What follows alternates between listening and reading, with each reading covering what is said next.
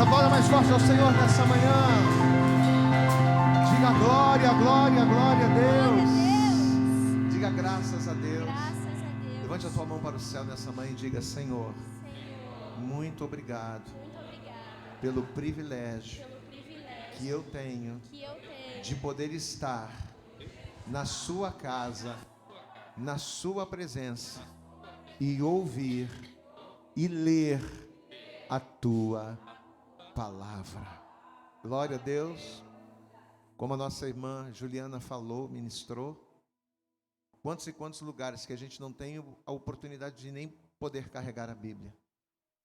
E nós temos a oportunidade, dia após dia, de sermos ministrados, de ler, de examinar, de aprender e principalmente sermos transformados por ela.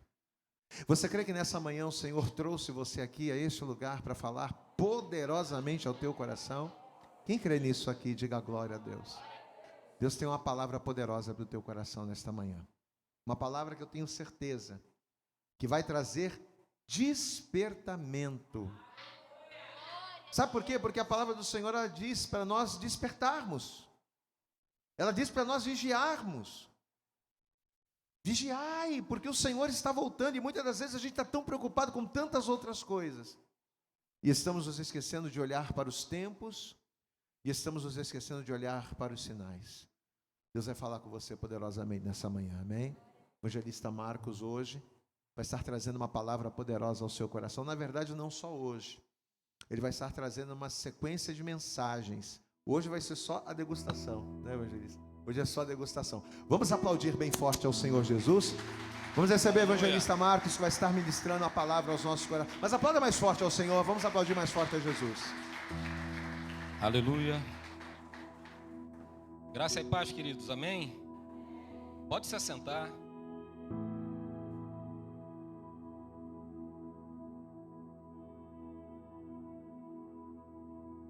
Louvado seja o nome do Senhor. Abra sua Bíblia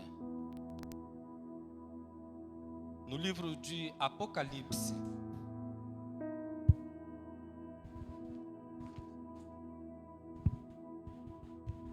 Livro de Apocalipse, capítulo 1. Tem muito crente aí que treme na base quando fala em Apocalipse. É de tremer a perninha, né? Vamos ver o que o Senhor tem para falar. Hoje vai ser só uma abertura. Temos coisas importantes, tremendas para falar durante essa sequência. Hoje vai ser uma abertura, hoje vai ser leve. Mas fique atento, porque Deus tem grandes coisas a falar ao nosso coração através dessas mensagens. Quantos creem, digam glória a Deus. Amém. Capítulo 1 de Apocalipse, versículo 9. Diz assim: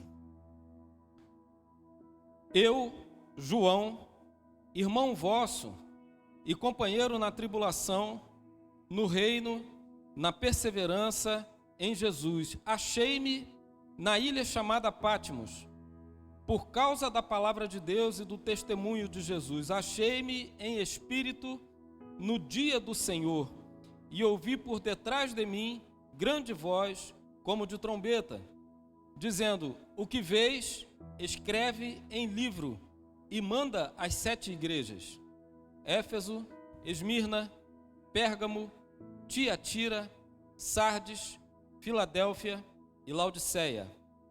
Voltei-me para ver quem falava comigo, e voltando vi 7 candeeiros de ouro, e no meio dos 7 candeeiros um semelhante a filho de homem, como vestes talares e cingido à altura do peito com uma cinta de ouro. A sua cabeça e cabelos eram brancos como alva lã, como neve, os olhos como chamas de fogo, e os pés semelhantes ao bronze polido, como que refinado numa fornalha, a voz como voz de muitas águas. Tinha na mão direita 7 estrelas, e da boca saía-lhe uma afiada espada de 2 gumes, e o seu rosto brilhava como o sol na sua força. Quando o vi, caí aos seus pés como morto. Porém ele pôs sobre mim a mão direita, dizendo: não temas, eu sou o primeiro e o último, aquele que vive. Estive morto, mas eis que estou vivo pelos séculos dos séculos e tenho as chaves da morte e do inferno. Amém? Vocês estão bem? Estão comigo?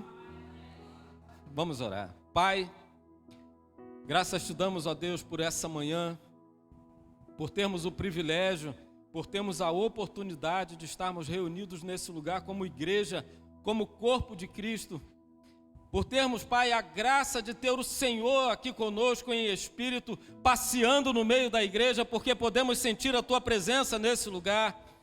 Pai, graças te damos por esse momento e graças te damos pela Tua palavra que acabamos de ler e queremos te pedir, ó Pai, assuma total controle desse momento, porque eu não tenho nada a oferecer à Tua igreja, senão aquilo que eu receber do Senhor. Usa-me, ó Pai, como uma ferramenta nas Tuas mãos, para que a Tua palavra seja semeada nessa manhã e que cada coração esteja preparado como uma terra adubada, ó Pai, para receber essa semente e que essa semente venha gerar frutos, ó Deus, frutos de despertamento, fruto de vigilância, mas principalmente frutos de adoração ao Senhor, que é digno de ser honrado, de ser louvado e de ser adorado. Recebe o nosso aplauso nessa manhã, recebe, Pai, a nossa melhor salva de palmas nessa manhã, porque o Senhor é digno, o Senhor é digno, aleluia, glória a Deus.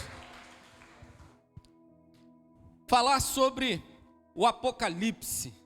O Apocalipse sempre foi um assunto que nos traz medo, porque fala do fim, fala de grande tribulação, fala de coisas terríveis acontecendo ao redor do mundo, o fim que foi profetizado há tanto tempo, e o Apocalipse é o livro da revelação, que fala sobre coisas que vão acontecer e coisas que já estão acontecendo ao redor do mundo.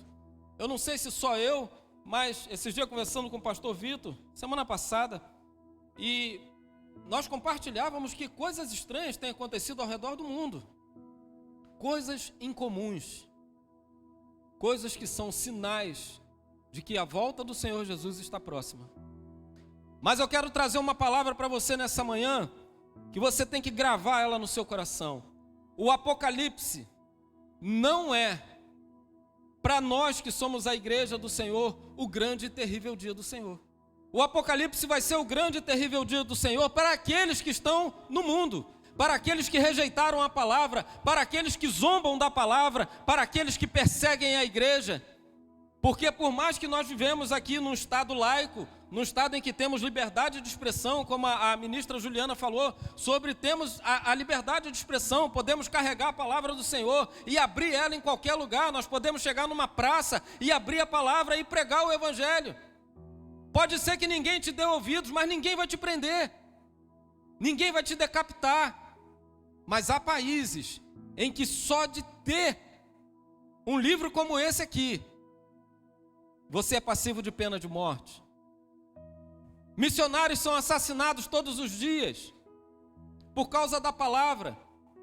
Missionários têm a sua cabeça arrancada todos os dias. A igreja é caçada, sempre foi caçada. Somos privilegiados por estarmos no Brasil, mas há países aí fora que só de falar o nome de Jesus você já é passivo de morte. Para esses será o grande e terrível dia do Senhor. Para esses que escarnecem da igreja, para esses que maltratam a igreja, para esses que desprezam a igreja, para esses que adulteram a igreja. Porque tem muitos que vivem até aqui no Brasil, que tem fachada de igreja, mas com licença da má palavra, são estupradores da noiva do Senhor, porque exploram a igreja e fazem comércio da igreja. Para esses será o grande e terrível dia do Senhor. Eles precisam ter medo do Apocalipse. Mas para nós, que estamos do lado certo, que fazemos parte da família de Deus, que somos tementes ao Senhor, é momento de triunfo. Porque o Apocalipse é finalmente o grande triunfo da igreja sobre as forças das trevas. Não é motivo para se desesperar, mas é motivo para se alegrar, porque é o momento em que vamos estar lado a lado com o Senhor Jesus, triunfando sobre as forças do mal, triunfando sobre o mundo, porque a igreja ainda não triunfou, a igreja resistiu até hoje. Desde os apóstolos, a igreja resistiu e permaneceu. E as portas do inferno nunca prevaleceram contra a igreja do Senhor, mas sempre foi uma luta travada, sempre foi uma guerra, sempre foi um cabo de guerra. Mas esse momento, no momento do arrebatamento da igreja, será o momento do triunfo, será o momento do, viu, eu sabia que o meu Senhor ia me buscar, eu sabia que haveria o casamento da noiva do Senhor. Momento de triunfo, momento de alegria. Nós não precisamos ter medo do Apocalipse. Nós temos que nos alegrar e pedir ao Senhor que venha. Apressa-te, Senhor, porque esse mundo está complicado. Esse mundo está difícil. Mas chegará o momento do triunfo. Então vamos falar um pouquinho de João. João era o último dos 12 apóstolos que ainda estava vivo. Todos os outros já haviam morrido. No ano de 54, o imperador romano chamado Nero assumiu Roma aos 17 anos de idade. E esse homem era um psicopata, esse garoto era um psicopata, ele mandava matar todo mundo, mandou matar a própria mãe. E Nero era um perseguidor muito enfurecido contra os cristãos. Perseguia os cristãos assim com muito afinco. Ele foi conhecido como um dos piores perseguidores da igreja. E Nero, ele protagonou uma grande tragédia na cidade de Roma, porque a cidade foi incendiada, 70% da cidade de Roma foi queimada, e Nero assistindo isso, tocando a sua lira tranquilamente, porque aquilo ali o agradava, o grande incêndio da cidade de Roma. E diz a história que esses 30% da cidade que não foram totalmente destruídos pelo fogo, era onde morava a maior parte dos cristãos. Cristãos que moravam em Roma, eles moravam justamente nesses bairros que não foram atingidos diretamente pelo fogo. Ou seja, aquilo ali deu base para Nero acusar os cristãos de terem ateado fogo em Roma. Uma grande injustiça. Então os cristãos começaram ali, naquele momento, a ser caçados como animais. Faltou madeira para construir cruzes, para crucificar cristãos. Na falta da madeira, eles começaram a ser amarrados em postes e queimados vivos. Tal foi a perseguição contra os cristãos, porque eles foram acusados. Nero conseguiu gerar uma opinião pública contra os cristãos, porque eles, teoricamente, teriam ateado fogo em Roma e que não foram os cristãos. Então foi um grande massacre. No ano de 66, houve uma revolta dos judeus em Roma. E houve outro grande massacre. Outro grande massacre, mas quanto mais matava crente, mais crente aparecia. Porque na morte do crente, outros se convertiam ao cristianismo.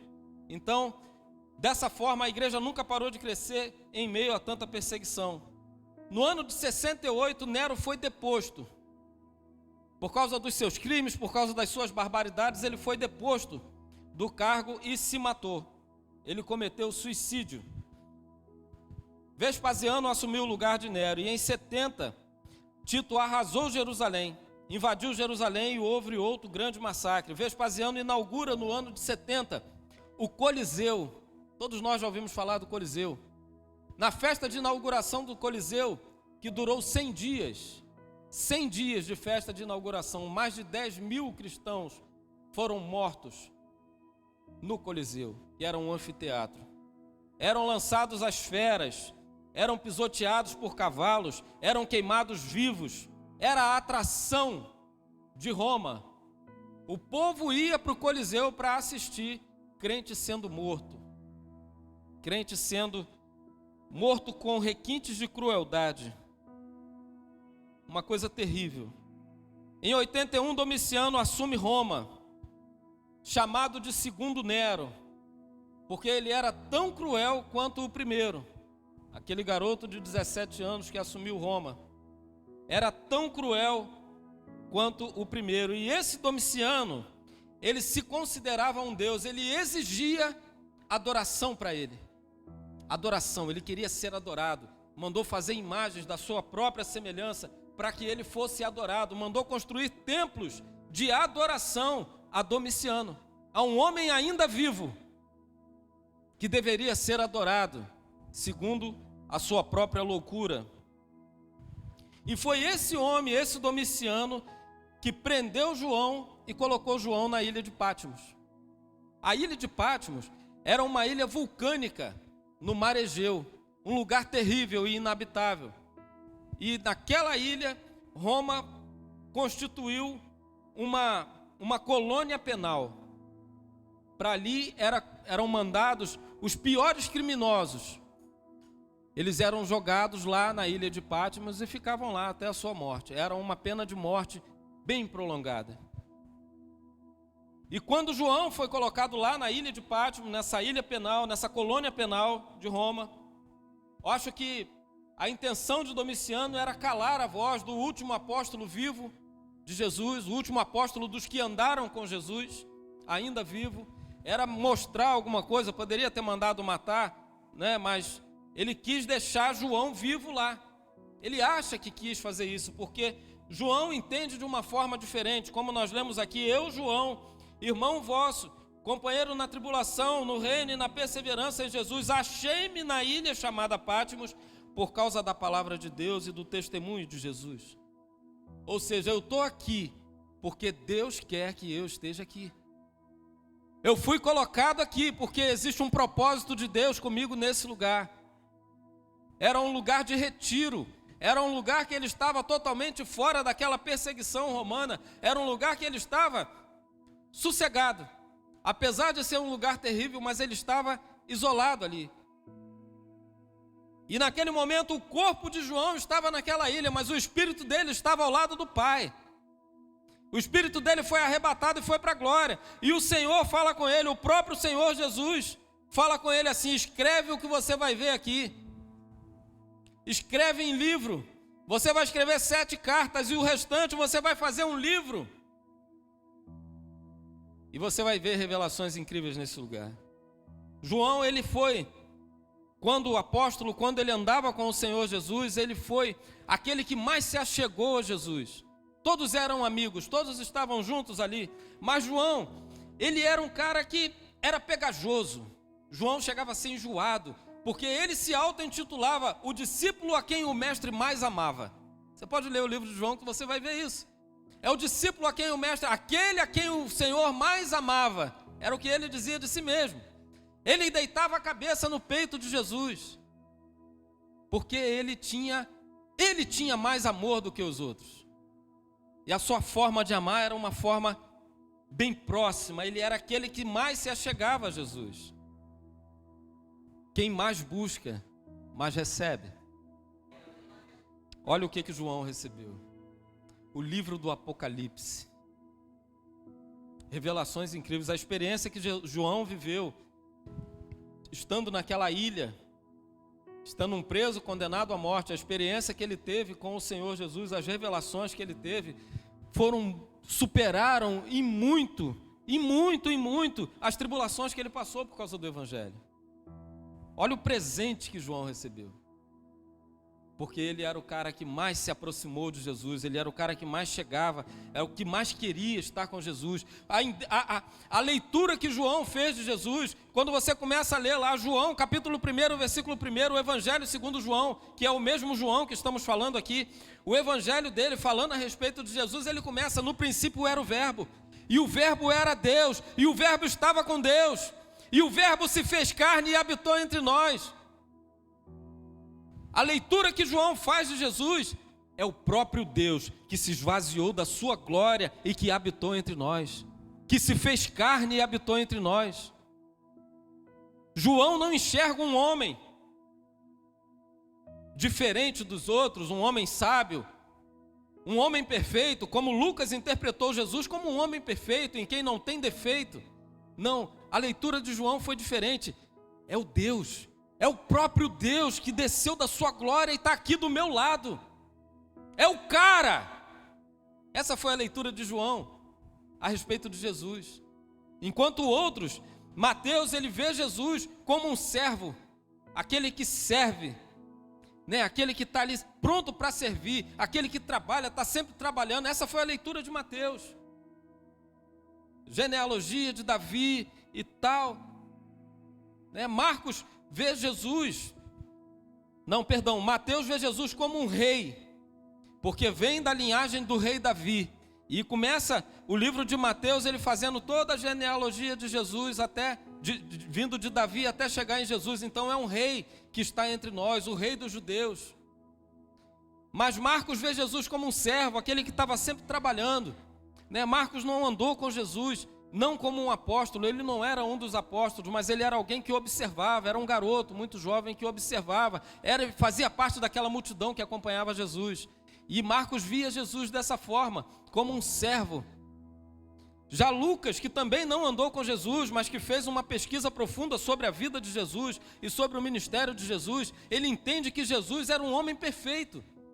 Porque Lucas era grego e os gregos tinham um interesse muito especial pela perfeição. Eles buscavam a perfeição em tudo. O zelo, em tudo que ia fazer, eles buscavam o zelo, a perfeição, no autocontrole, no domínio próprio. E Lucas, ele vê que Jesus, ele era esse cara que alcançou a perfeição. Tanto é que ele escreve o Evangelho, segundo Lucas, ele escreve para um amigo chamado Teófilo, uma carta que se tornou o Evangelho. Ele escreve essa carta e ele fala: olha, eu encontrei aqui o homem perfeito, alguém em quem não há defeitos. Foi assim que Lucas enxergou Jesus. Mas João, ele vê totalmente diferente, ele vê como o próprio Deus. E ele trata Jesus como o próprio Deus. E ele foi recompensado por isso, recebendo essas revelações maravilhosas do Apocalipse. Coisas tremendas João teve o privilégio de entender. Então João começa no capítulo 2, escrevendo cartas para 7 igrejas da Ásia. Mas havia um propósito em tudo isso, não só o propósito momentâneo, como é o propósito de uma carta. Não, uma carta se escreve para alguém que você quer que leia aquilo imediatamente e que tenha aquela informação. Mas essas cartas têm um conteúdo profético. E ele escreve à igreja de Éfeso, vamos ler comigo.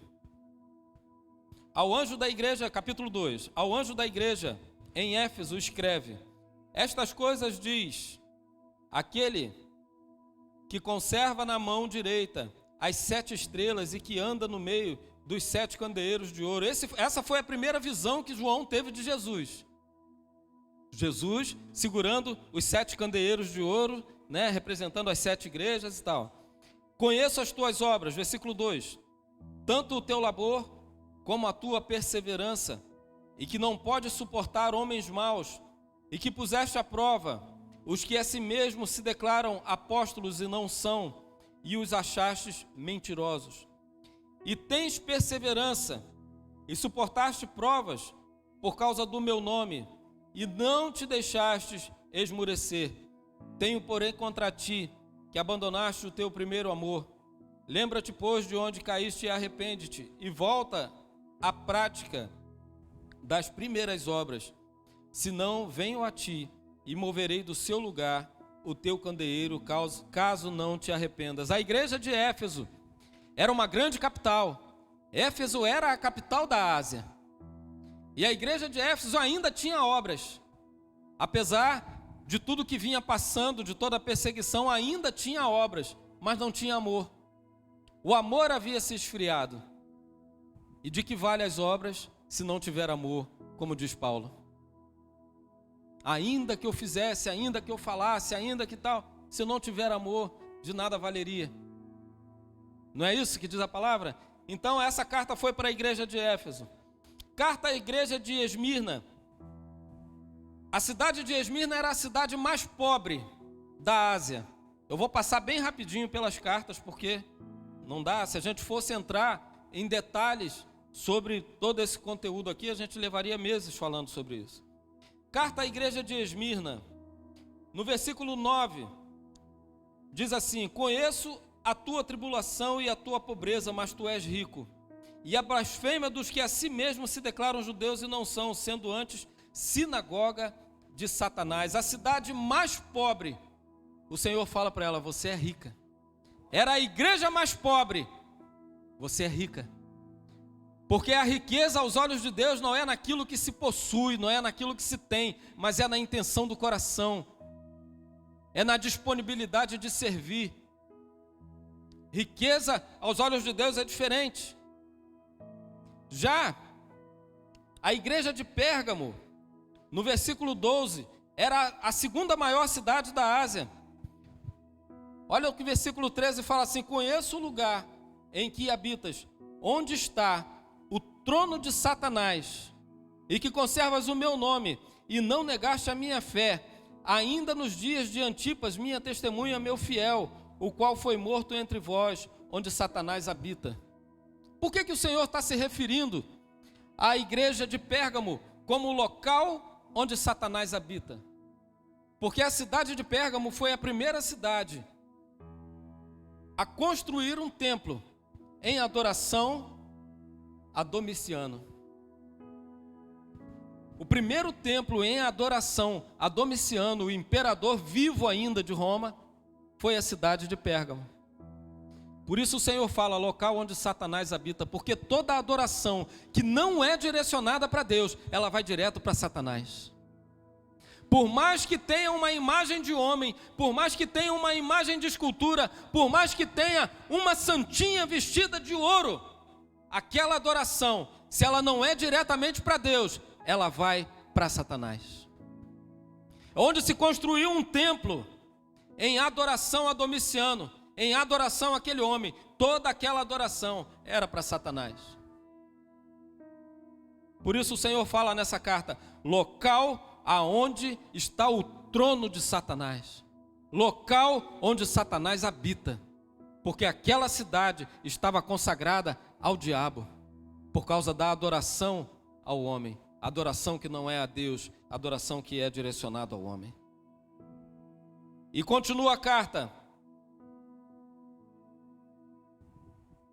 conheço o lugar onde habitas, onde está o trono de Satanás, e que conservas o meu nome, e não negaste a minha fé, ainda nos dias de Antipas, minha testemunha, meu fiel, o qual foi morto entre vós, onde Satanás habita.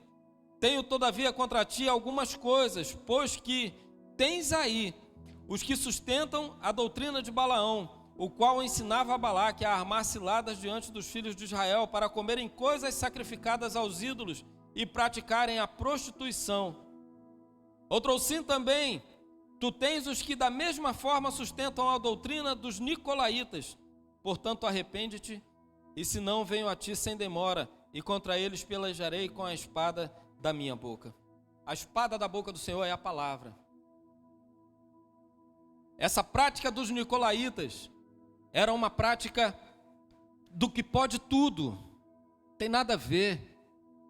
Adultério não tem nada a ver, tudo pode, está tudo tranquilo, está tudo liberado. Dentro da igreja pregando a facilidade, pregando a porta larga, pregando a porta espaçosa. Será que é muito diferente do que nós vemos hoje? Sabe, queridos, a igreja não é como um mercado, que você coloca a mercadoria que vai agradar o seu cliente que vem comprar. A igreja não pode ser assim. A igreja tem que pregar a palavra, doa quem doer. A igreja tem que pregar a palavra fiel, a palavra revelada do Senhor, a palavra sem desculpa, sem botar florzinha aqui ou ali, a palavra o que é, porque o evangelho não é fácil. O evangelho nunca foi fácil. Quem pregar para você dizer que o evangelho é um mar de rosas, está mentindo. Está fazendo como estava fazendo a igreja de Pérgamo, oferecendo uma mercadoria que agradasse ao povo. Por causa dos nicolaítas, por causa de seja lá quem fosse, para não contrariar, não vamos falar sobre doutrina, não vamos falar sobre isso ou sobre aquilo, vamos deixar quieto, para não contrariar os irmãos. A igreja não pode ser assim. A igreja não tem que pregar o que agrada ao homem, a igreja tem que pregar o que agrada a Deus, a verdade tem que ser exposta. Não adianta, queridos, chegar aqui e começar a dizer que pode tudo, está tudo liberado, né? eu não posso falar sobre ideologia de gênero, porque isso, por causa daquilo. Não, a verdade tem que ser falada. O Evangelho, o livro do Apocalipse, depois nós vamos ver, próxima mensagem, sobre os que vão entrar no reino dos céus e os que não vão entrar. A Bíblia é muito clara. Ficarão de fora os feiticeiros, ficarão de fora os adúlteros, ficarão de fora os cães, ficarão de fora.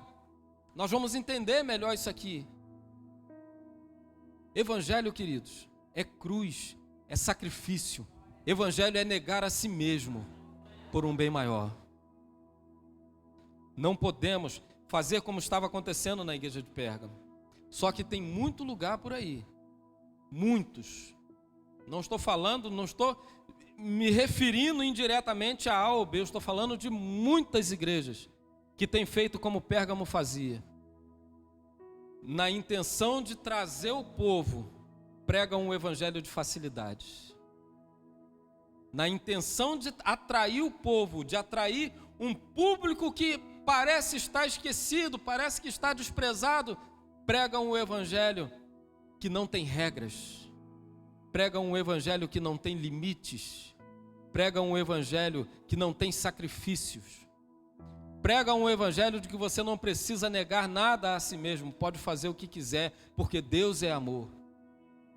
Deus é amor, mas aborrece ao pecado. Deus ama o pecador, mas rejeita o pecado. O evangelho tem que ser, como diz a palavra, nunca foi fácil. Tome a sua cruz e segue-me. Aquele que não toma a sua cruz não consegue seguir o Senhor. Evangelho é renúncia. É querer fazer o que eu posso fazer.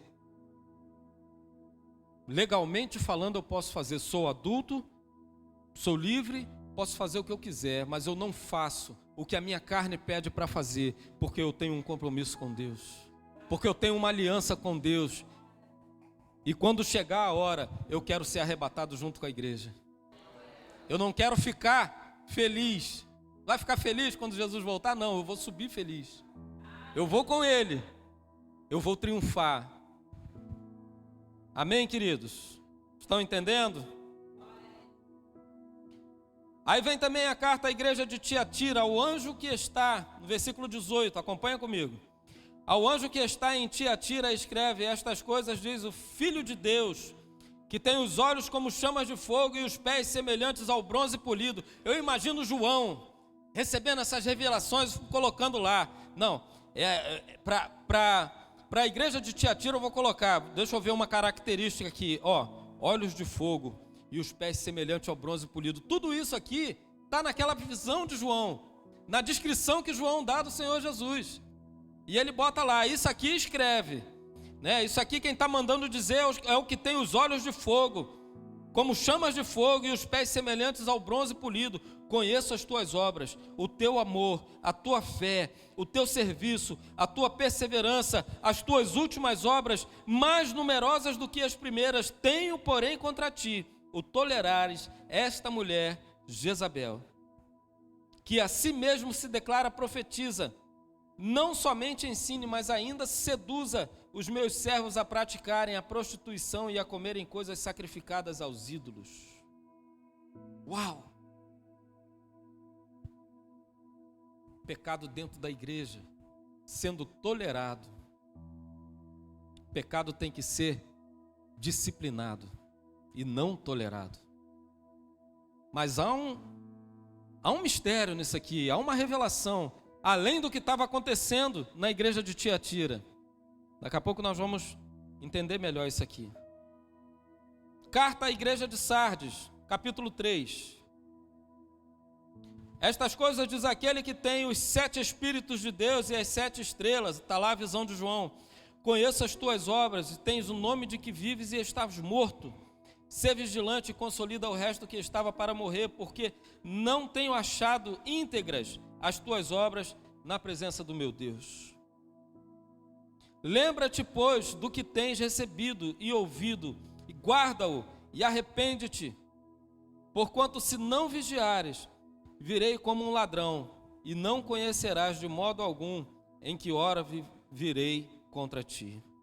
Tens, contudo, em Sardes umas poucas pessoas que não contaminaram as suas vestiduras e andarão de branco junto comigo, pois são dignas. Carta à igreja de Filadélfia, no versículo 7 do capítulo 3.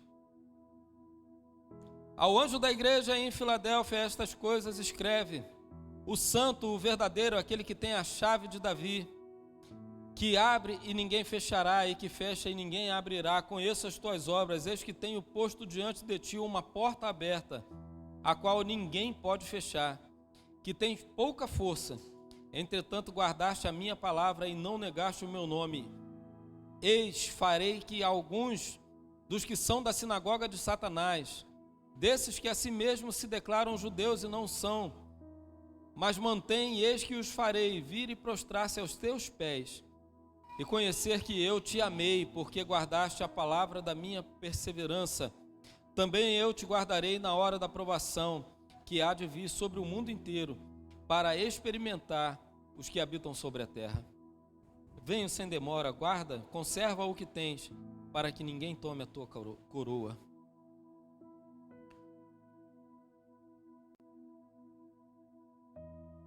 Perseverança que o Senhor tem, o Senhor sempre admira na sua igreja. Pouca força, porém não abriram mão da palavra, igreja de Filadélfia. E finalmente, carta à igreja de Laodiceia. Ao anjo da igreja de Laodiceia escreve: estas coisas diz o Amém, o testemunha fiel e verdadeira, o princípio da criação de Deus. Preste atenção nisso aqui, queridos. Conheço as tuas obras, que nem és frio nem quente. Quem dera fora frio ou quente, assim porque és morno, e nem é frio nem quente, estou a ponto de vomitar-te da minha boca. Pois dizes: estou rico e abastado, e não preciso de coisa alguma, e nem sabes que tu és um infeliz, sim, miserável, pobre, cego e nu. Eu imagino a igreja de Laodiceia, que era uma igreja rica, uma cidade rica, abastada, recebendo a carta do apóstolo João, que estava preso. Uau! Chegou a carta! Chegou a carta do apóstolo João. Vamos reunir todo mundo para ler a carta do apóstolo João. Aí pega a carta do apóstolo João. Conheço as tuas obras. Nem frio nem quente, eu vou vomitar. Eu estou com nojo de vocês. Assim porque nem é frio nem quente, estou a ponto de vomitar-te da minha boca. Porque dizes: rico sou e abastado, e não preciso de mais nada, e nem sabe que tu és um infeliz, um miserável, pobre, cego e nu. E deu ruim. Deu ruim. Olha a carta do apóstolo João. Mas acontece que essas cartas, além delas terem sido direcionadas, a sabedoria de Deus é algo tremendo, porque além delas terem sido direcionadas para aquelas 7 igrejas da Ásia, cumprindo um propósito de acordo com o que estava acontecendo em cada igreja daquela, essas cartas elas têm um conteúdo profético, não só para cada igreja local que recebeu aquela carta, que recebeu aquela informação do apóstolo João, mas para a igreja do Senhor como um todo, pelos séculos, se passando até os dias de hoje. Porque se você observar, essa carta à igreja de Laodiceia, ela está falando com a igreja do século 21. Igrejas que são verdadeiros impérios. Igrejas ricas. Os pastores ficam de jatinho para lá e para cá. Igrejas que não precisam de nada. Porque tem canais de televisão, porque tem dinheiro para fazer o que quiser. Igrejas que são verdadeiras empresas. Comércio, que tem meta de arrecadação. Essa é a igreja do século 21, queridos. Que lamentavelmente estão com muito dinheiro, mas olha onde está o Senhor. Olha o versículo 18: aconselho-te que de mim compres ouro refinado pelo fogo, para te enriqueceres, vestiduras brancas para te vestires, a fim de que não seja manifesta a vergonha da tua nudez, e colírio para ungires os olhos, a fim de que vejas. Eu repreendo e disciplino a quem amo, sê pois zeloso e arrepende-te. Olha onde está Jesus, no versículo 20: eis que estou à porta e bato.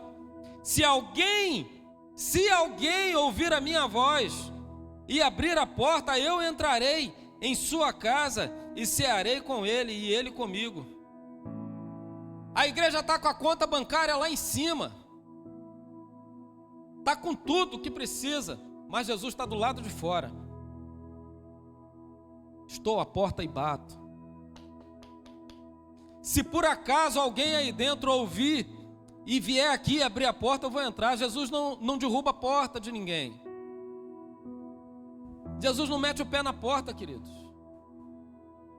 Jesus precisa ser convidado para entrar.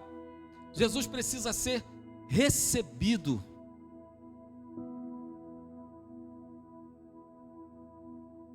Na grande maioria, a igreja do século 21, existem muitas portas aí que estão nessa situação aqui. Mas, se nós entrássemos em detalhes, a gente ia ver cada período que cada carta dessa se refere. A carta à igreja de Éfeso se refere ao período apostólico. Carta à segunda igreja, que é a igreja de Esmirna, se recebe ao período da maior perseguição contra a igreja do Senhor. E assim vem até a grande reforma do protestantismo com Martim Lutero. Pouca força, mas não negaste a minha palavra. Há alguns ainda que preservam a minha palavra. Houve reforma do protestantismo, porque a igreja sempre resistiu a todos os absurdos que foram impostos contra a igreja do Senhor, até com título de religiosidade. Na próxima semana nós vamos falar sobre coisas muito tremendas aqui, sobre o que está na palavra, sobre Vaticano, sobre muitas outras coisas. Eu não vou aqui criticar católico, eu não vou criticar nenhuma outra religião, não estou aqui para isso, mas eu estou aqui para trazer uma exposição sobre a palavra do Senhor. Nós não sabemos tudo que tem no Apocalipse, não dá para entender tudo que tem no Apocalipse, mas o pouco que foi compartilhado, o pouco que nós conseguimos entender já é o suficiente para saber que Jesus está voltando e que será o momento do grande triunfo da igreja com o Senhor Jesus. Não é para ficar apavorado, não é para ficar assustado, é para ver um alinhamento da igreja, é para ver um alinhamento da noiva do Senhor. Porque graças a Deus nós estamos num lugar onde a palavra do Senhor é pregada na sua integridade. Não estamos aqui, queridos, para fazer campanha de prosperidade para ninguém. Não estamos aqui, queridos, para isso. Estamos aqui para pregar a palavra. Esse lugar é um lugar que tem a porta aberta para que você entre e para que você tenha a sua salvação. Não salvamos ninguém, mas te ensinamos o caminho. Nós precisamos entender que a palavra do Senhor, ela é atual, que a palavra do Senhor, ela é para os dias de hoje. Esse livro, o maior best-seller de todos os tempos, nunca houve um livro que tivesse tantas cópias vendidas como a Bíblia Sagrada. Não faz nada se você não tomar uma atitude de fé. Esse livro não pode fazer nada por você, se você não quiser tomar a sua cruz e seguir o Senhor. Eu sei que essa palavra é uma palavra que muitas vezes pode nos deixar um pouco até constrangidos. Mas não fique assim. Porque como o Senhor fala com a igreja de Laodiceia, que estava numa situação crítica, eu repreendo e corrijo a todos os que eu amo. Arrepende-te. Essa palavra, na verdade, foi uma palavra de cajado, através do apóstolo João para a igreja de Laodiceia. E eu nunca vi, em todo o tempo, algo que seja tão atual, algo que seja tão plausível como essa palavra, como essa carta para a igreja do século 21. Nós vemos isso todo dia. Todo dia a gente vê alguma coisa, liga a televisão que alguma coisa aparece. Sabe, queridos, a igreja ela é observada a todo tempo. Nós, como cristãos, somos observados a todo tempo. Qualquer um pode fazer qualquer coisa errada, mas quando um cristão comete qualquer coisa errada, aparece logo um para apontar para ser crente igual fulano.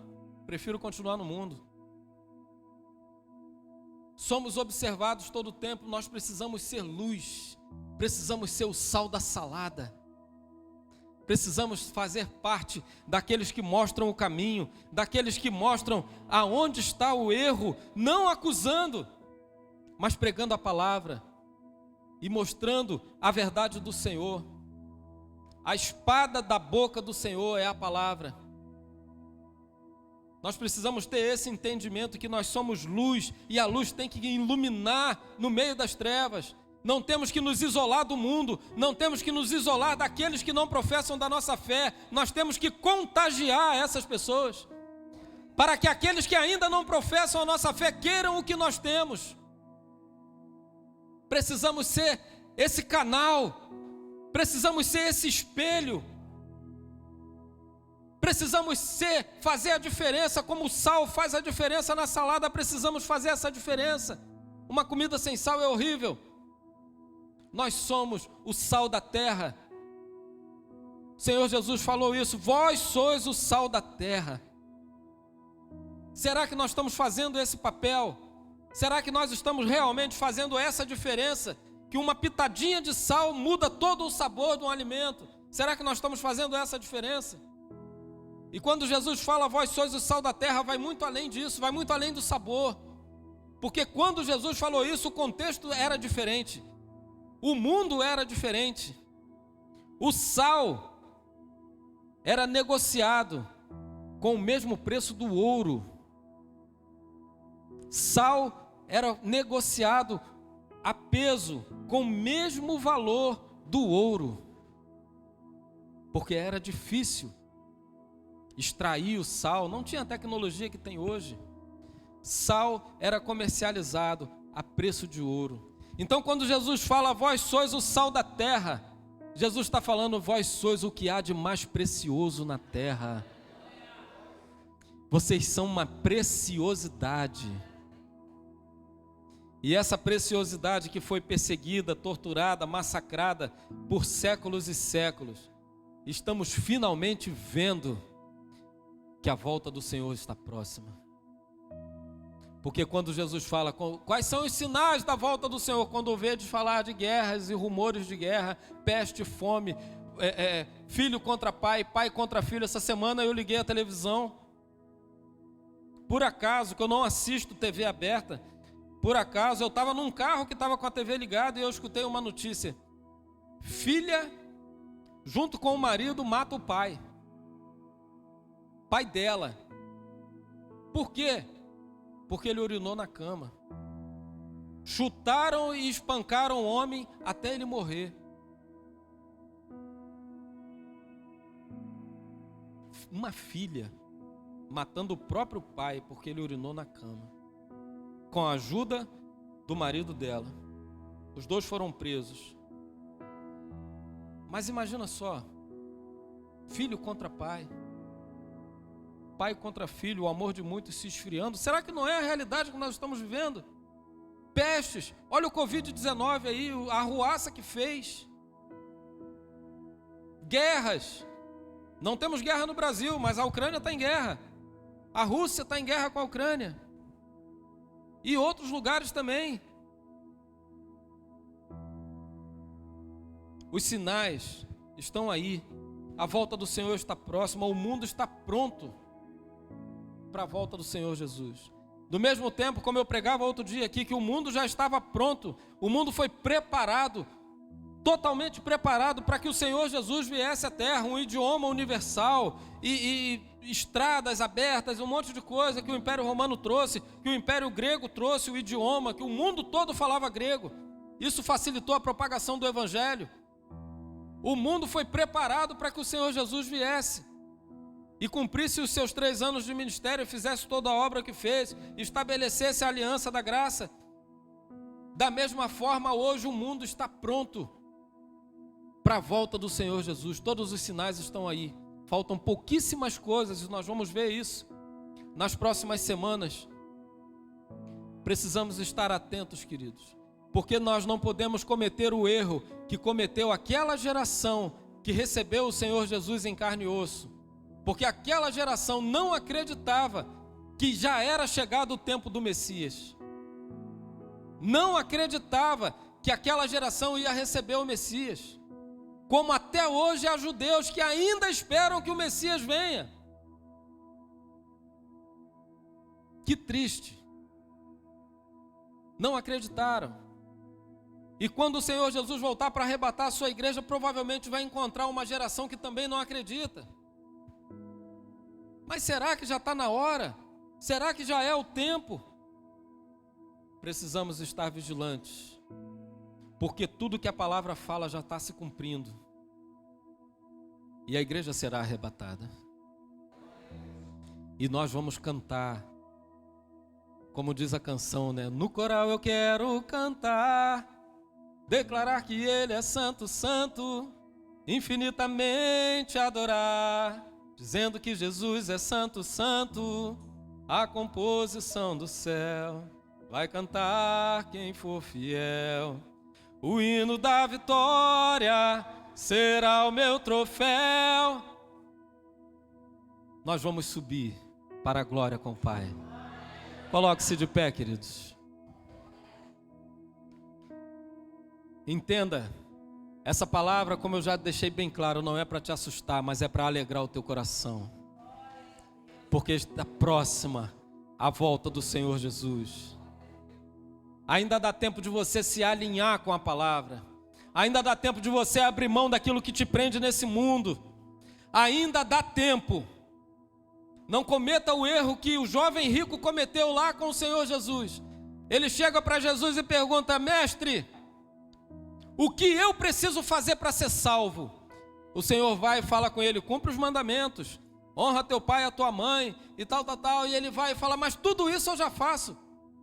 Era um crente que não tinha certeza da salvação.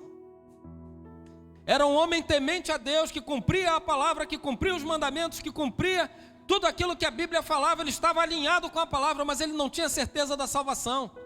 No seu coração ele não sabia se estava salvo. Havia essa preocupação, porque tinha algo que o prendia. Aí o Senhor Jesus olha para ele com amor, diz a palavra, e fala assim: uma coisa te falta. Vai lá, vende tudo o que você tem, dá aos pobres, depois vem e segue-me. Eu fico pensando, se aquele homem tivesse atendido aquele convite, olha, imagina a experiência que ele ia viver. Jesus falando com ele: vai lá, eu vou te esperar aqui, você vai lá, resolve isso e volta, e você vai andar comigo. Imagina a experiência que aquele homem ia viver se ele tivesse aceitado esse convite do Senhor Jesus. Porque o problema na vida dele não era ter o dinheiro. O problema na nossa vida não é ter dinheiro, não é ter bens. O problema é aonde está o teu coração. Aquele homem estava com o coração dele na fazenda, no rebanho. Porque diz a palavra que ele era um homem de muitas posses. Ele se entristeceu, porque o coração dele estava naquilo. Aonde está o teu coração? Aonde está o teu coração? Ah, eu não posso ser crente agora porque os meus amigos vão me deixar, os meus amigos do mundo vão me deixar. Eu não posso ser crente agora porque se eu realmente for me alinhar com a palavra, eu vou ter que me casar. Eu vivo com uma pessoa, mas eu não sou casado, eu vou ter que me casar para poder estar alinhado com a palavra. Eu não quero me casar agora porque todo mundo que vive ajuntado, quando casa, separa. É o que diz a lenda, a cultura que fala isso. Onde está o teu coração? Ah, eu preciso ter a minha liberdade, eu tenho que viver um pouco. A minha juventude, eu quero fazer o que eu quiser. Talvez ainda muito jovem, quando muito jovem eu pensava assim: não, eu estou louco para ser adulto, porque quando eu for adulto eu vou poder fazer o que quiser. Aí quando você chega aos 50 anos, você vai entender que você nunca vai fazer o que quiser. Tá? Principalmente se você se casar. Você nunca vai fazer o que você quer. Você faz algumas coisas, nem tudo. Onde está o teu coração? O que te impede? Se Jesus voltar hoje, se Jesus estiver em pé aqui agora, esperando eu terminar essa palavra para levar a igreja, você vai ou você fica? Nós precisamos viver a nossa vida, queridos, como se Jesus fosse voltar daqui a muito tempo. Nós temos que sonhar, nós temos que trabalhar, nós temos que projetar e conquistar. Não podemos ficar estagnados, mas a nossa vida espiritual ela tem que estar alinhada com a palavra, que se Jesus voltar agora, eu subo com Ele. Nossa vida tem que estar alinhada com a palavra, porque se eu sair daqui agora e morrer ali fora, a minha alma vai ser requerida pelo Pai e não pelo inferno. Porque no momento que a gente morre, independente do arrebatamento da igreja, no momento que a gente morre, a nossa alma é requerida. O Senhor Jesus escreve uma palavra em Mateus 13, ele fala: um homem era rico, e esse homem, é uma parábola, não foi um fato, e esse homem olha para a sua riqueza, ele olha para a sua lavoura que produziu muito mais do que ele esperava, e ele olha e ele fala: eu vou construir celeiros maiores, e eu vou abastecer tudo isso, e vou dizer para minha alma: relaxa, porque você não precisa de mais nada. Aí o Senhor fala: tolo, ainda hoje pedirão a tua alma, e o que tu tens preparado para quem será? O que te prende, queridos? Onde está o teu coração? Eu quero que você medite nisso agora. Eu quero que você feche os teus olhos agora e você tenha o seu momento com o Senhor Jesus. Esse primeiro estudo foi só uma iniciação, foi só um prelúdio do que vai vir ainda, do que nós vamos trazer. Nós temos assuntos profundos para falar aqui. Não perca as próximas semanas. Mas eu quero que nesse momento você já se alinhe com o Senhor Jesus.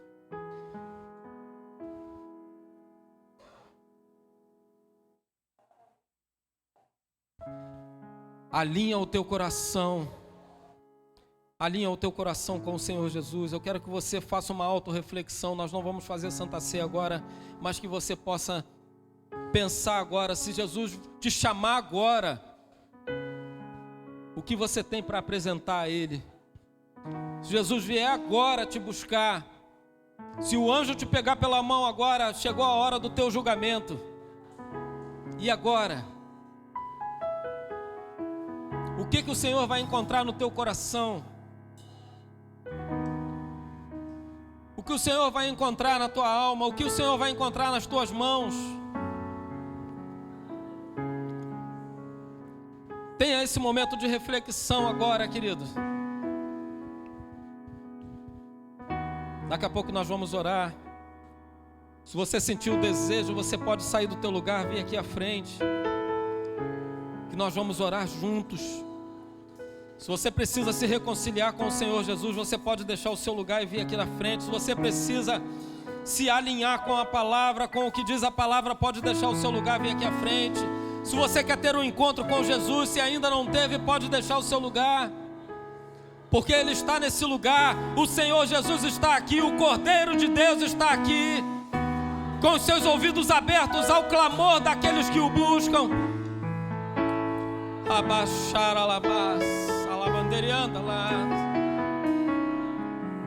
Sobre o trono de justiça, eternamente haverá um rei.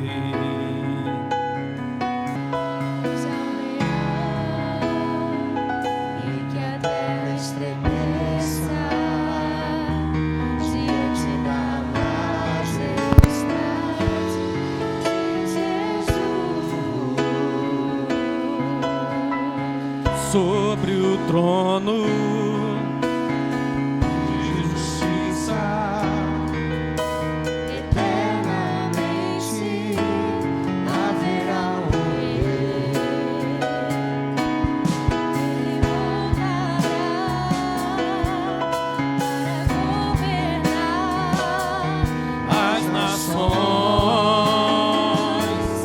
em ruja o leão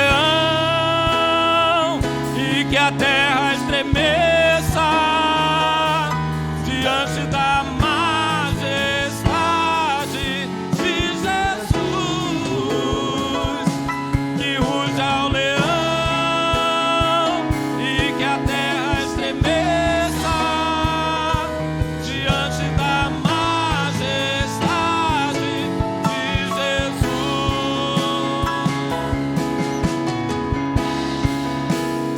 Oh, aleluia! Alabarachanarabás. Oh, santo, santo é o Senhor. Que ruja o leão e que a terra estremeça. Declare a Ele, querido, que ruja o leão. Que ruja o leão e que a terra estremeça.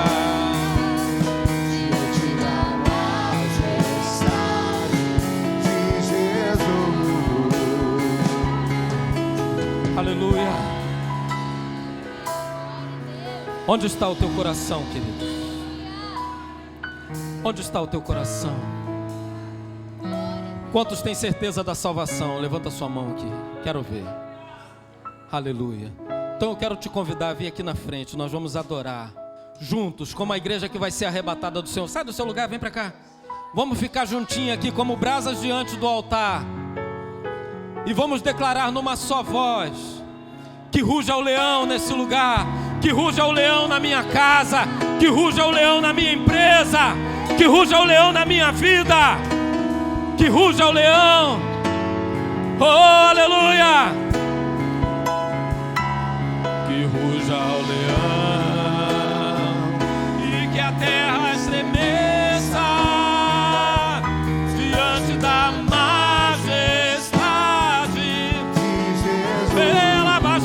anda lá, que ruja o leão.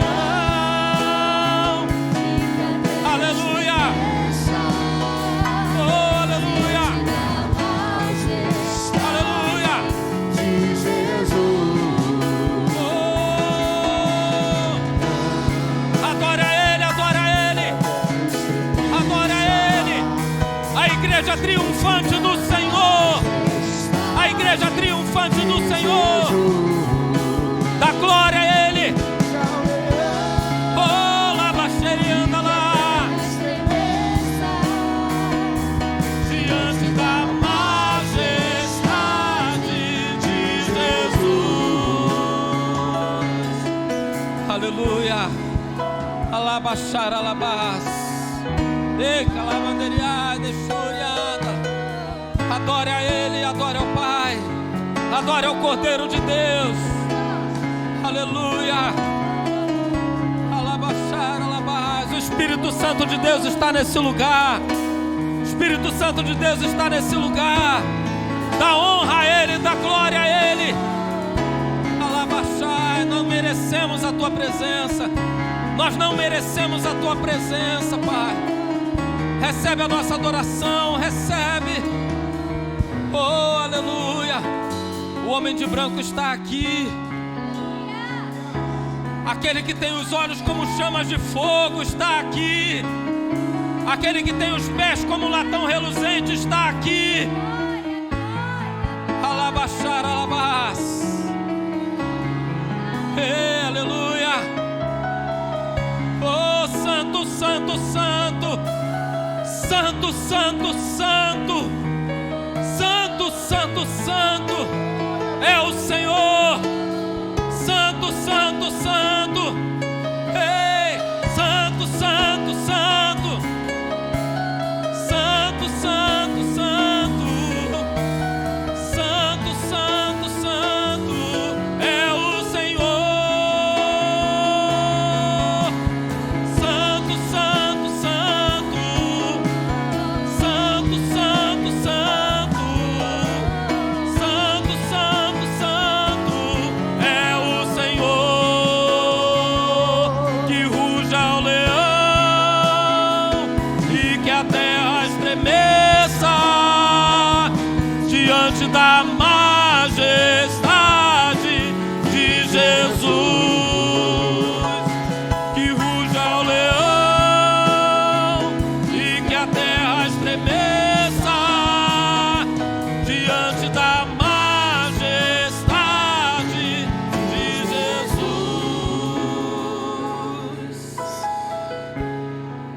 Aplauda o leão, queridos. Aplauda o leão. Aplauda o leão. Aplauda o leão. Aplauda o leão. Mais forte. Aplauda mais forte. Aleluia. Alabaxar, alabax. Alabadei. Glória a Deus. Aleluia. Glória a Deus. Levante a tua mão para o céu. Curve a tua cabeça. Curve a tua cabeça por um segundo. Traga à tua memória tudo aquilo que você acabou de ouvir nessa manhã. Amados, por que você está aqui hoje? Você acha que você está aqui hoje à toa? Não. Deus, Ele preparou este dia. Deus, Ele preparou este momento. Deus, Ele preparou esta palavra, para que através dela nós íamos ter um despertamento. Porque às vezes a gente está tão preocupado com o cargo que a gente não conseguiu, às vezes a gente está tão preocupado com a casa que a gente ainda não comprou, às vezes a gente está tão preocupado em arrumar o carro que está quebrado, às vezes a gente está tão preocupado com a escola das crianças. A correria do dia a dia nos preocupa de uma tal forma que muitas das vezes, para as coisas que são fundamentais, essenciais da vida, a gente acaba meio que dispersos. Jesus está voltando, os sinais estão aí, e muitas das vezes a gente, por distração, por estarmos distraídos com as coisas deste mundo, não temos percebido. Prepara-te, ó Israel, diz a palavra, para te encontrares com o teu Deus. Eu preciso estar preparado. Você precisa estar preparado. Pastor, por que eu tenho que estar na igreja? Você tem que estar na igreja, sabe por quê? Porque na igreja você ouve a palavra, e quando você ouve a palavra vai mostrando para você aquilo que precisa ser tirado, ou aquilo que precisa ser acrescentado na tua vida, para que você esteja preparado para aquele grande dia. Porque o grande dia do Senhor está vindo. E se o Senhor viesse hoje, se a trombeta soasse e o Senhor chegasse hoje, o que nós teríamos nas mãos para apresentar? Que nesta manhã você saia daqui, meu irmão, minha irmã, com esta palavra guardada no teu coração. O que eu tenho feito para Deus? Para minha família eu tenho feito muito, no meu trabalho eu tenho feito muito, as coisas que me agradam eu tenho feito muito, mas o que é que eu tenho feito para Deus e para a minha salvação? A salvação é algo que nós precisamos estar construindo a cada dia, através de uma vida santificada e principalmente através de uma vida alicerçada na palavra. Ore comigo dizendo: Senhor meu Deus. Diga com autoridade, diga: Senhor meu Deus e Senhor meu Pai, que nesta manhã o meu coração esteja alicerçado na tua palavra, na tua vontade, que eu esteja alerta, atento para o que está acontecendo, e principalmente que eu esteja atento para as verdades da tua palavra. Porque somente nelas, diga, somente nelas, eu terei a vida eterna. Glória a Deus. Pai, em nome de Jesus, muito obrigado, ó Deus, por esta palavra aos nossos corações esta manhã. Muito obrigado, ó Deus, por abrir o nosso entendimento através da tua palavra, a fim de que venhamos estar vigilantes, a fim de que não venhamos estar dormindo, mas que estejamos sóbrios. Ó Deus, que a tua igreja seja despertada, que cada um de nós deixemos de olhar um pouco mais para os nossos interesses e venhamos olhar principalmente para a tua vontade, porque é a tua vontade, é a tua palavra que nos trará vida eterna. Em nome de Jesus, Senhor, nos fortalece, nos firma a cada dia na rocha. É o que nós te pedimos, é o que nós oramos, te pedimos e te agradecemos, em nome de Jesus. E todos digam amém, Jesus. Diga graças a Deus. Vamos aplaudir bem forte ao Senhor Jesus nesta manhã. Vamos aplaudir bem forte ao Senhor nessa manhã. Diga glória. Volta para o teu lugar aplaudindo e glorificando. Vamos aplaudir mais forte a Jesus.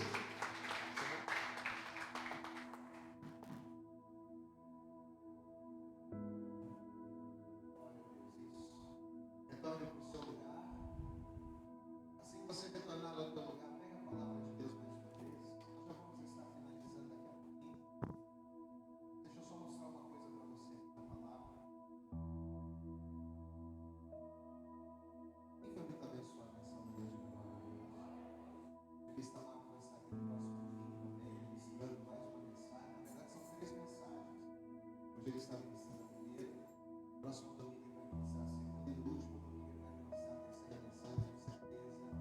Deus ele vai falar poderosamente ao teu coração. Mas meu irmão, deixa eu dizer uma coisa para você. Você não vem apenas para a igreja para ser um ouvinte. Mas quando você estiver aqui neste lugar, quando você estiver aqui na casa de Deus, você mais do que um ouvinte.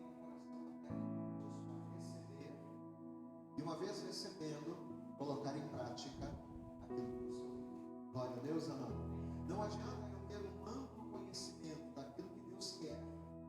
Não adianta eu ter um amplo conhecimento da palavra que Deus libera sobre a minha vida, se este amplo conhecimento ele não se transformar em prática, se ele não se transformar em prática de vida. Então que todos os dias você venha orar a Deus pedindo: Senhor, que o conhecimento que eu adquiri na tua casa venha se transformar em prática na minha vida. Porque conhecimento sem prática não nos leva a lugar algum. Levante a tua mão e diga: conhecimento. Diga bem alto: conhecer sem praticar não vai me levar a lugar nenhum. Não vai te levar ao céu. Não adianta você conhecer muito e achar que o teu conhecimento vai te levar ao céu. Não vai. O conhecimento que vai te levar ao céu é o conhecimento que você vai usar, é o conhecimento aplicável. O conhecimento aplicável vai trazer salvação e toda sorte de bênção para nós. Evangelho de João no capítulo 15. Veja o que a palavra de Deus ela diz aqui. Evangelho segundo escreveu João no capítulo 15, no versículo de número 1. João capítulo 15, verso 1 diz assim: eu sou a videira e meu pai é o lavrador. E ele diz assim: toda vara em mim que não dá fruto atira, e limpa toda aquela que dá fruto, para que dê o que, igreja? Mais fruto. Aí ele diz no versículo 3: vós já estáis limpos pela palavra que vos tenho falado. Glória a Deus, amado. Então a palavra de Deus ela tem como finalidade o que? Nos limpar. E nos limpar com que objetivo? Com que propósito? O de nos limpar para que nós venhamos dar fruto. O que é o fruto? O fruto é a prática da palavra, né? Eu sou limpo pela palavra, ou seja, a palavra de Deus ela vem, me limpa, a fim de que nela eu venha frutificar. E o que a Bíblia está falando? Que nessa manhã, pela palavra que ouvimos, nós já estamos limpos. Você pode levantar a tua mão, da glória a Deus e aleluia. Você está saindo daqui limpo, preparado para dar fruto, amém? Mas deixa eu dizer uma coisa para você. Nós que estamos aqui já fomos limpos pela palavra e estamos prontos para frutificar. Mas você concorda comigo que existem muitas pessoas que ainda precisam ser limpas pela palavra? Quem concorda aqui? Tem muita gente lá fora que precisa ouvir a palavra, que precisa ser limpo, purificado, preparado para frutificar por intermédio da palavra. E como é que as pessoas que estão lá fora, perdidas, como é que as pessoas que estão lá fora, que como varas precisam ser limpas para frutificar, como é que essas pessoas vão ser limpas pela palavra?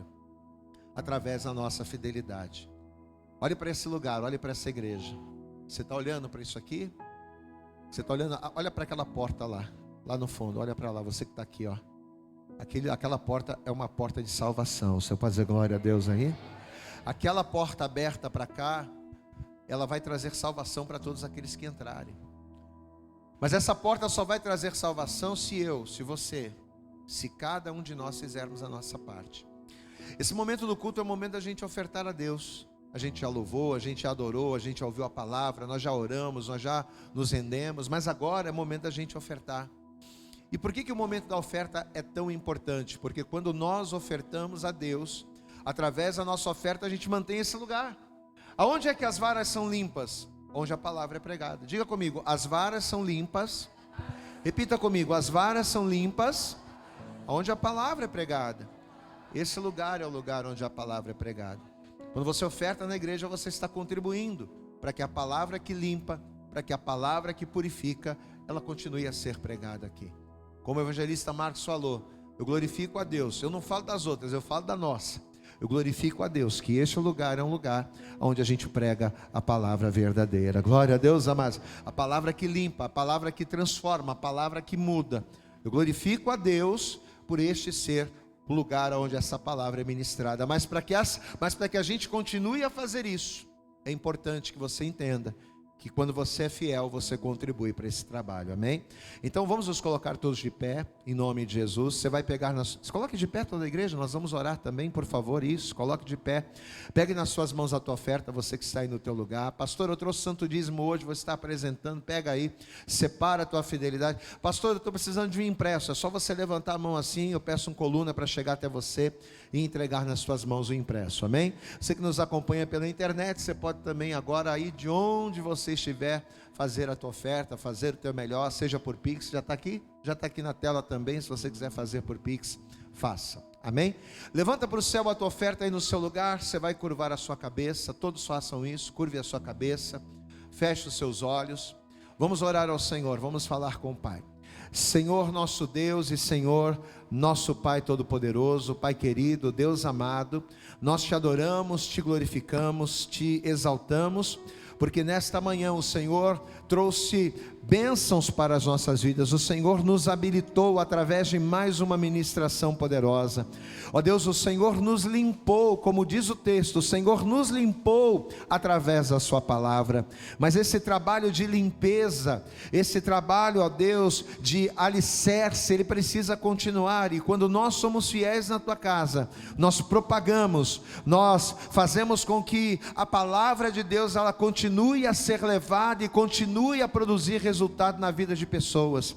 Por isso, em nome de Jesus, eu oro e te peço, abençoe poderosamente a esse teu filho, a esta tua filha, abençoe poderosamente a esta pessoa que neste momento está fazendo o seu melhor, esta pessoa que entende que este lugar é o lugar onde as varas são limpas, onde o teu nome é glorificado. Abençoa, Pai, dê ordens para que a bênção esteja nos celeiros de cada um dos teus filhos nesta hora, é o que nós te pedimos com toda a nossa fé, e desde já te agradecemos em nome de Jesus. E toda a igreja diga amém. Jesus, diga graças a Deus. Sai do teu lugar, vem até aqui à frente, apresenta aqui a oferta. Vamos louvar? Vamos louvar? Não pegou o violão não? Ih, não funcionou? Amém, glória a Deus. Então vamos adorar o Senhor, vai. Que ruja o leão, assim ó, tchá, tchá. E que a terra estremeça, vai, louva aí, vai. Diante da majestade de Jesus, louva. Que ruja o leão e que a terra estremeça diante da majestade de Jesus. Vamos aplaudir bem forte a Jesus, povo da internet, Deus abençoe. Vamos aplaudir bem forte ao Senhor nessa manhã. Diga glória a Deus.